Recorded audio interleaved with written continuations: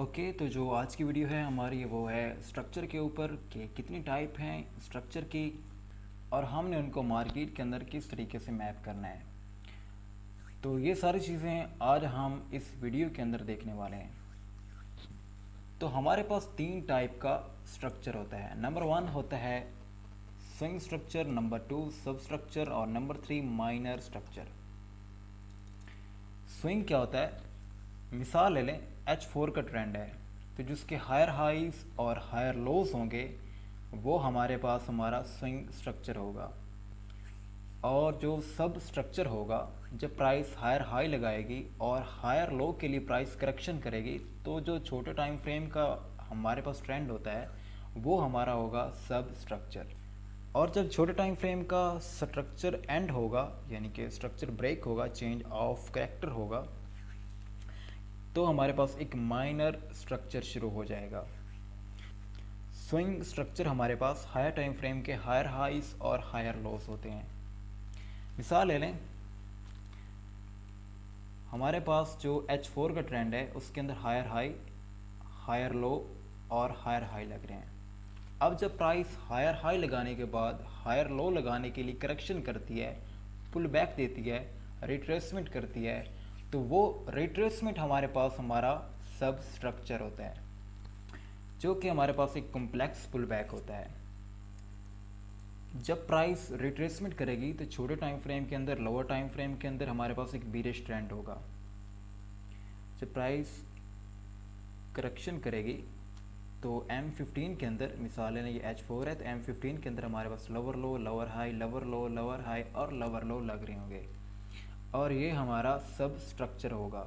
और फाइनली जब प्राइस एक डिमांड जोन पर जाएगी या फिर लिक्विडिटी स्वीप करेगी या फिर ये काम दोनों इकट्ठे भी हो सकते हैं कि प्राइस पहले लिक्विडिटी स्वीप करे फिर डिमांड जोन पर जाए, तो वहाँ पर हमारा सब स्ट्रक्चर एंड होने के चांसेस होते हैं, क्योंकि प्राइसेस ने दोबारा से अपना ट्रेंड कंटिन्यू करना होता है, अपना स्ट्रक्चर कंटिन्यू करना होता है।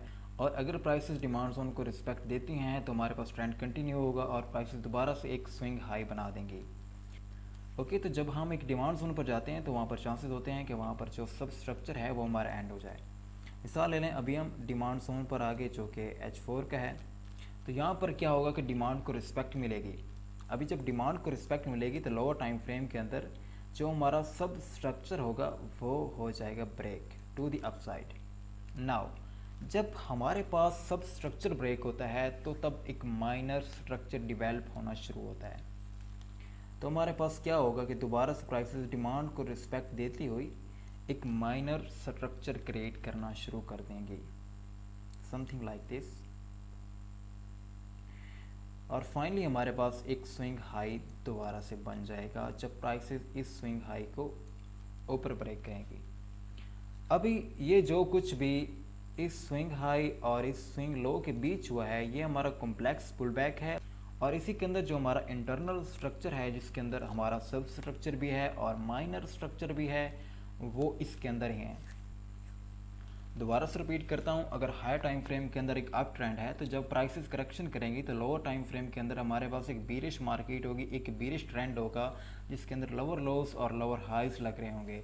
और जब प्राइसेस डिमांड जोन पर जाएंगी या फिर लिक्विडिटी स्वीप करेंगी या फिर ये दोनों काम इकट्ठे भी हो सकते हैं कि प्राइस पहले लिक्विडिटी स्वीप करे देन डिमांड जोन पर जाए और हमारा सब स्ट्रक्चर ब्रेक करे और उसके बाद प्राइस माइनर स्ट्रक्चर डिवेल्प करना शुरू करे जो कि ट्रेंड कंटिन्यूशन होगी और हमारे पास एक हायर लो फॉर्म हो जाएगा और लोअर टाइम फ्रेम के अंदर भी हम एक अप ट्रेंड के अंदर शिफ्ट हो जाएंगे।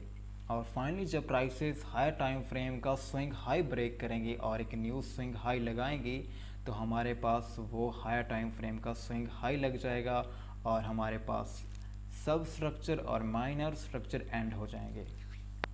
तो अभी ये जो आपको सर्कल नज़र आ रहे हैं ये हमारे पास स्विंग स्ट्रक्चर, सब स्ट्रक्चर और माइनर स्ट्रक्चर को शो कर रहे हैं। अब ये देखें, ये था हमारा swing low, then swing high, then swing low और फाइनली स्विंग हाई। अब इस स्विंग हाई और इस स्विंग लो के बीच जो हमारे पास कॉम्प्लेक्स पुल बैक है उसके अंदर ही हमारे पास टू और स्ट्रक्चर हैं, एक माइनर और एक सब स्ट्रक्चर। अब जो ये करेक्शन है ये हमारे पास हमारा सब स्ट्रक्चर है। और फाइनली जब ये एंड होती है और प्राइसेस सब स्ट्रक्चर को ब्रेक करती हैं तो हमारे पास एक माइनर स्ट्रक्चर डिवेल्प होना शुरू हो जाता है। और फाइनली प्राइस जब प्रीवियस स्विंग हाई को ब्रेक करती हैं, न्यू स्विंग हाई लगाती हैं, तो हमारे पास हायर टाइम फ्रेम का एक स्विंग स्ट्रक्चर बन जाता है जिसके अंदर हमारे पास हायर हाई, हायर लो और हायर हाई होते हैं। अभी इसके अंदर जो सर्कल हैं ये हमारा सब स्ट्रक्चर हैं और यहाँ पर जब ये सब स्ट्रक्चर ब्रेक हो गया टू द अपसाइड तो हमारे पास ये माइनर स्ट्रक्चर डिवेल्प होना शुरू हो गया।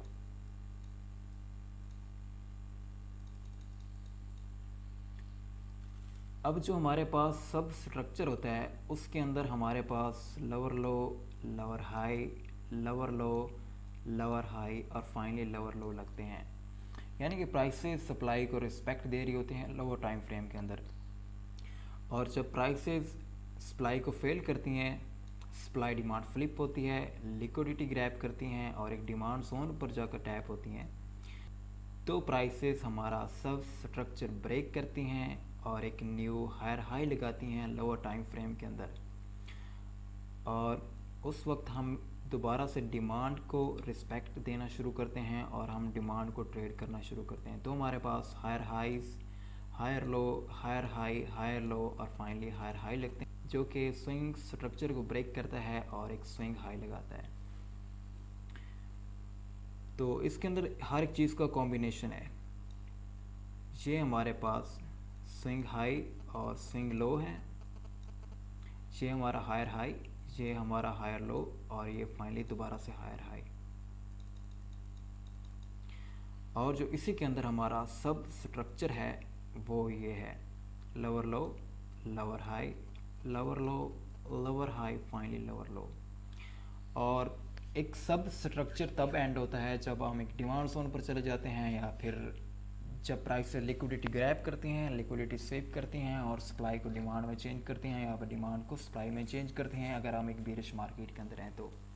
और जब हमारे पास एक सब स्ट्रक्चर एंड होता है तो हमारे पास एक माइनर स्ट्रक्चर शुरू हो जाता है जिसके अंदर higher highs, higher lows, higher highs और फाइनली हायर लोज लगते हैं और प्राइसेस स्विंग स्ट्रक्चर को ब्रेक करके एक न्यू हाई लगाती हैं जो कि हमारे पास एक स्विंग हाई होता है। दोबारा से ये सब चीज़ें रिपीट करता हूँ। Swing structure, larger structure ranges created when price is trending like higher highs, higher lows या फिर लोअर लोज और लोअर हाइज जब हम एक बेरिश मार्केट के अंदर होते हैं। Sub structure, corrective structure within the swing range like higher low या फिर लोअर हाई, कि जब प्राइसेस एक हायर हाई लगाती हैं तो जब प्राइसेस हायर लो फॉर्म करती हैं तो वो जो हायर हाई से लेकर हायर लो के बीच का सफ़र होता है वो हमारा सब स्ट्रक्चर होता है। Minor structure, pro swing trend structure looking to run swing structure highs और लोज। यानी कि जब हमारे पास सब स्ट्रक्चर एंड होता है, अगर हम अप ट्रेंड के अंदर हैं तो वो एक डिमांड जोन पर एंड होगा और हमारे पास एक हायर लो फॉर्म होगा। और अगर हम एक बेरिश मार्केट के अंदर हैं तो वो एक सप्लाई जोन पर जाकर एंड होगा और हमारे पास एक लोअर हाई फॉर्म होगा। तो उसके बाद जब सब स्ट्रक्चर एंड होता है तो हमारे पास एक माइनर स्ट्रक्चर डेवलप होना शुरू होता है जो कि प्रीवियस स्विंग हाई या फिर स्विंग लो को आउट करता है। When sub structure and and minor structure begins when there is a change of character in price. इसका मतलब ये है कि प्राइसेस जब एक डिमांड जोन पर जाती हैं, अगर हम एक अप ट्रेंड के अंदर हैं और ये जो करेक्शन होगी, ये जो हमारा सब स्ट्रक्चर होगा ये एंड हो जाएगा उस वक्त और प्राइसेस दोबारा से स्ट्रक्चर ब्रेक करेंगी, चेंज ऑफ कैरेक्टर होगा in prices and price higher high लगाएगी और दोबारा से हमारे पास एक माइनर स्ट्रक्चर डेवलप होना शुरू हो जाएगा जो कि प्रीवियस स्विंग हाई को ब्रेक करेगा और एक न्यू हायर हाई लगाएगा। लेकिन यहाँ पर एक चीज़ और मेंशन करता जाऊँ कि मिसाल ले लें, हमारे पास अभी स्विंग स्ट्रक्चर के बाद एक सब स्ट्रक्चर डेवलप हो रहा है और प्राइसेस स्ट्रक्चर करती हैं ब्रेक। जो हमारे पास सब स्ट्रक्चर होगा वो प्राइसेस टू द अपसाइड करती हैं ब्रेक। लेकिन दोबारा से डिमांड को रिस्पेक्ट देने की बजाय, एक माइनर स्ट्रक्चर क्रिएट करने के बजाय प्राइसेस दोबारा से नीचे चली जाती हैं, तो भी हम एक अप ट्रेंड के अंदर ही हैं, क्योंकि जब तक ये स्विंग लो ब्रेक नहीं होता जो कि हमारा हायर लो है, उस वक्त तक हम एक अप ट्रेंड के अंदर हैं। और ये हमारे पास करेक्शन, ये हमारे पास इंटरनल, ये हमारा कॉम्प्लेक्स पुल बैक है। तो इसके अंदर कुछ ऐसे हो सकता है कि दोबारा से प्राइसेस स्ट्रक्चर ब्रेक करें टू द अपसाइड, और देन हमारे पास एक माइनर स्ट्रक्चर डेवलप होना शुरू हो जो कि प्रीवियस स्विंग हाई को भी ब्रेक कर दे और एक न्यू स्विंग हाई लगा दे। तो अगर प्राइसेस कुछ इस तरीके का करती हैं कि सब स्ट्रक्चर को भी ब्रेक करती हैं, लोअर टाइम फ्रेम के अंदर जो एक बेरिश मार्केट होती है उसको भी ऊपर की तरफ करती हैं ब्रेक और एक हायर हाई लगाती हैं, लेकिन दोबारा से वो माइनर स्ट्रक्चर क्रिएट करने की बजाय एक सब स्ट्रक्चर की फॉर्म में चलना शुरू हो जाती हैं। तो इसका मतलब है कि जो ये मूव थी ये जस्ट लिक्विडिटी ग्रैब करने के लिए थी, जो इन हाइस के ऊपर लिक्विडिटी थी वो प्राइस ने ग्रैब। अभी जो लिक्विडिटी कॉन्सेप्ट है वो मे भी आपको समझ नहीं आ रहा, लेकिन जब नेक्स्ट वीडियोस के अंदर हम जाएंगे लिक्विडिटी इम्बैलेंस इनको मुकम्मल हम देखेंगे तो ये आपको सारी चीज़ें और भी वाज़ेह और क्लियर हो जाएंगी। तो एक क्विक रिकैप दे देता हूँ हर एक चीज़ की दोबारा। स्विंग स्ट्रक्चर हमारे पास लार्जर इम्पल्सेस, लार्जर एक्सपेंशन होती हैं। ये हमारे पास H4 का भी हो सकता है, वीकली का भी हो सकता है और M15 का भी हो सकता है। मिसाल ले लें कि जो हमारा स्विंग स्ट्रक्चर है वो H4 का है, तो जो उसका सब स्ट्रक्चर होगा वो M15 का स्ट्रक्चर होगा। अगर हम H4 के अंदर एक अप ट्रेंड के अंदर हैं, तो जब प्राइसेस करेक्शन करेंगी, जब प्राइसेस सब स्ट्रक्चर डेवलप करना शुरू करेंगी, तो वो M15 का एक बीरिश स्ट्रक्चर होगा, एक डाउन ट्रेंड होगा। और फाइनली जब प्राइसेस स्ट्रक्चर को कंटिन्यू करेंगी, अपने ट्रेंड को कंटिन्यू करेंगी जो कि एक स्विंग ट्रेंड है, तो प्राइसेस सब स्ट्रक्चर को ब्रेक करेंगी और माइनर स्ट्रक्चर डेवलप करना शुरू करेंगी जो कि M15 का ही होगा। माइनर स्ट्रक्चर और सब स्ट्रक्चर लोअर टाइम फ्रेम के ही होते हैं। और प्राइसेस फाइनली अपने H4 के हायर हाई को ब्रेक करके न्यू हायर हाई लगा देगी। और ये सब कुछ M15 के अंदर भी हो सकता है। अगर M15 के अंदर हमारे पास हायर हाइज लग रहे हैं, तो जो ये सब स्ट्रक्चर होगा ये M5 का और M1 का होगा। तो M1 के अंदर या M5 के अंदर हम एक बीरिश मार्केट के अंदर होंगे। और फाइनली जब प्राइसेस M1 या M5 के अंदर स्ट्रक्चर ब्रेक करेंगी, जो कि हमारा सब स्ट्रक्चर ब्रेक होगा और माइनर स्ट्रक्चर डेवलप करना शुरू, तो ये माइनर स्ट्रक्चर भी M1 और M5 का होगा उस वक्त तक जब तक प्राइसेस स्विंग स्ट्रक्चर जो कि M15 का है उसको ऊपर ब्रेक करके एक स्विंग हाई ना लगा दें। यानी कि जो हमारे पास स्विंग स्ट्रक्चर होता है वो हाई टाइम फ्रेम का होता है, जो सब स्ट्रक्चर होता है और माइनर स्ट्रक्चर होता है वो लोअर टाइम फ्रेम का होता है। और माइनर स्ट्रक्चर और सब स्ट्रक्चर को हम इंटरनल स्ट्रक्चर कहते हैं। और जो स्विंग स्ट्रक्चर होता है वो हमें ये बता रहा होता है कि एक्चुअल में ऑर्डर फ्लो कौन सा चल रहा है, एक्चुअल में मार्केट किस तरफ जानी है। तो जब तक हम स्विंग हाइज और स्विंग लो के बीच में है, तो ये हमारा कॉम्प्लेक्स पुल बैक है। उस वक्त तक जब तक हम इसको नीचे ब्रेक नहीं कर देते, हम एक अप ट्रेंड के अंदर ही हैं। प्राइसेस यहाँ से भी ऊपर जा सकती हैं, यहाँ से भी जा सकती हैं, यहाँ से भी जा सकती हैं। सेम अगर हम एक बेरिश मार्केट के अंदर हैं, तो जब तक हम अपने प्रीवियस लोअर हाई को टू द अपसाइड ना कर दें ब्रेक, उस वक्त तक हम एक बेरिश मार्केट, उस वक्त तक हम एक डाउन ट्रेंड के अंदर हैं। तो इट माइट भी पॉसिबल कुछ इस तरीके से हो सकता है कि प्राइसेस करेक्शन करें और फाइनली जब ये करेक्शन एंड हो, सप्लाई को रिस्पेक्ट मिले, तो प्राइसेस एक सब स्ट्रक्चर बनाना शुरू कर दें और फाइनली वो स्विंग लो को नीचे ब्रेक करें और एक न्यू लोअर लो लगा दें। तो इस रेंज के अंदर जो कुछ भी होगा ये हमारा एक इंटरनल स्ट्रक्चर होगा जिसके अंदर सब स्ट्रक्चर भी होगा और हमारा माइनर स्ट्रक्चर भी होगा। अभी अगर यहाँ पर आप देखें तो JPY का हमने चार्ट ओपन कर रखा है H4 का। इसके अंदर जो हमारे पास स्विंग स्ट्रक्चर है वो हमारा ये वाला पॉइंट लोअर हाई और ये वाला पॉइंट है लोअर लो। ये हमारा एक स्विंग स्ट्रक्चर है, ये एक लास्ट बीरिश लेग है, लेकिन इसके अंदर जो ये चल रहा है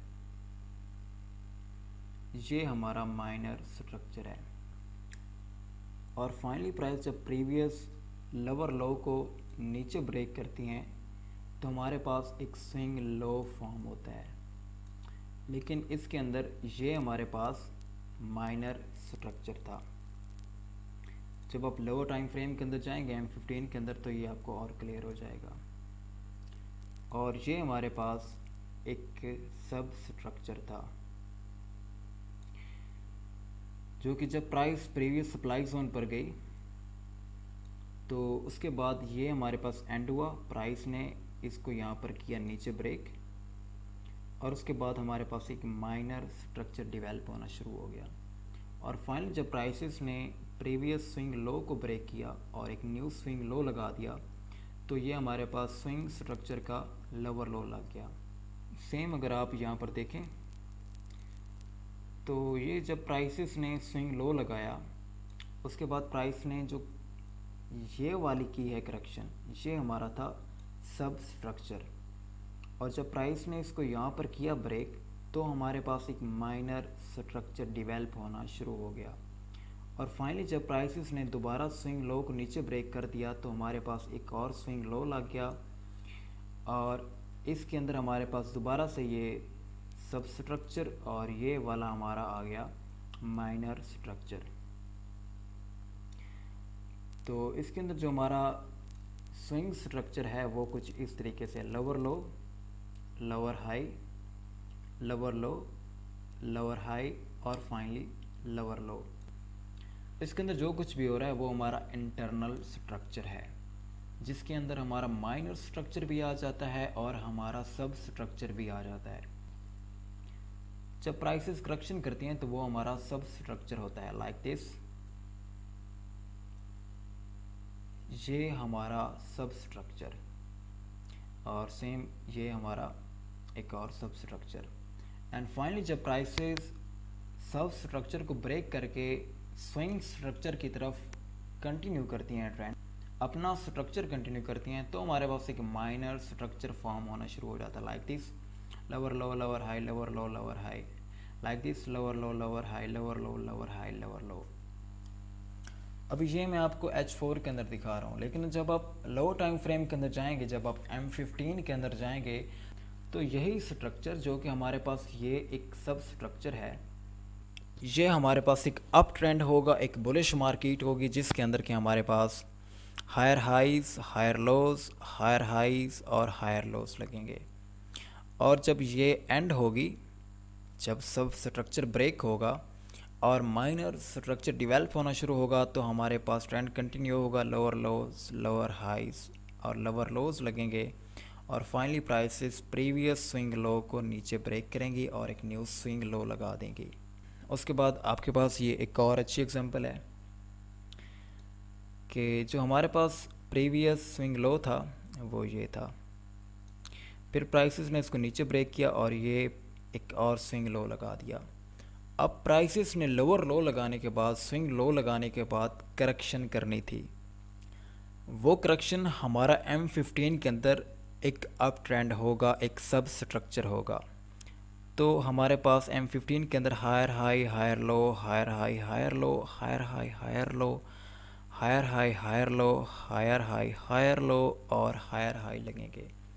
और जब प्राइस फाइनली सप्लाई जोन के अंदर टैप होगी एक्सटर्नल लिक्विडिटी ग्रैब करने के बाद, तो जो हमारा प्रीवियस हायर लो है, जो कि सब स्ट्रक्चर का हायर लो है, वो नीचे ब्रेक होगा और हमारे पास एक माइनर स्ट्रक्चर डेवलप होना शुरू हो जाएगा। लेकिन इस लो और इस हाई के बीच ये जो कुछ भी है ये हमारे पास एक इंटरनल स्ट्रक्चर है, एक कॉम्प्लेक्स पुल बैक है। सेम अगर आप एक अप ट्रेंड की मिसाल ले लें तो हमारे पास क्या हुआ जी कि हमारे पास लगा हायर हाई और ये था हमारा हायर लो। अब जब प्राइस ने हायर हाई लगाने के बाद करेक्शन की है तो ये करेक्शन M15 के अंदर हमारा एक सब स्ट्रक्चर होगा, एक बीरिश ट्रेंड होगा, और फाइनली जब प्राइसेस ने इसको ऊपर ब्रेक किया तो हमारे पास यहाँ पर एक माइनर स्ट्रक्चर डेवलप होना शुरू हो गया और फाइनली प्राइसेस ने दोबारा से स्ट्रक्चर ब्रेक किया और एक स्विंग हाई लगा दिया। और जब दोबारा से प्राइसेस ने करेक्शन की तो M15 के अंदर ये हमारे पास एक बीरिश ट्रेंड होगा और जब फाइनली हम सप्लाई जोन पर टैप हुए और प्राइसेस ने सब स्ट्रक्चर ब्रेक किया तो हमारे पास एक माइनर स्ट्रक्चर डेवलप होना शुरू हो गया और फाइनली प्राइसेस ने दोबारा प्रीवियस स्विंग हाई को ब्रेक करके एक न्यू स्विंग हाई लगा दिया।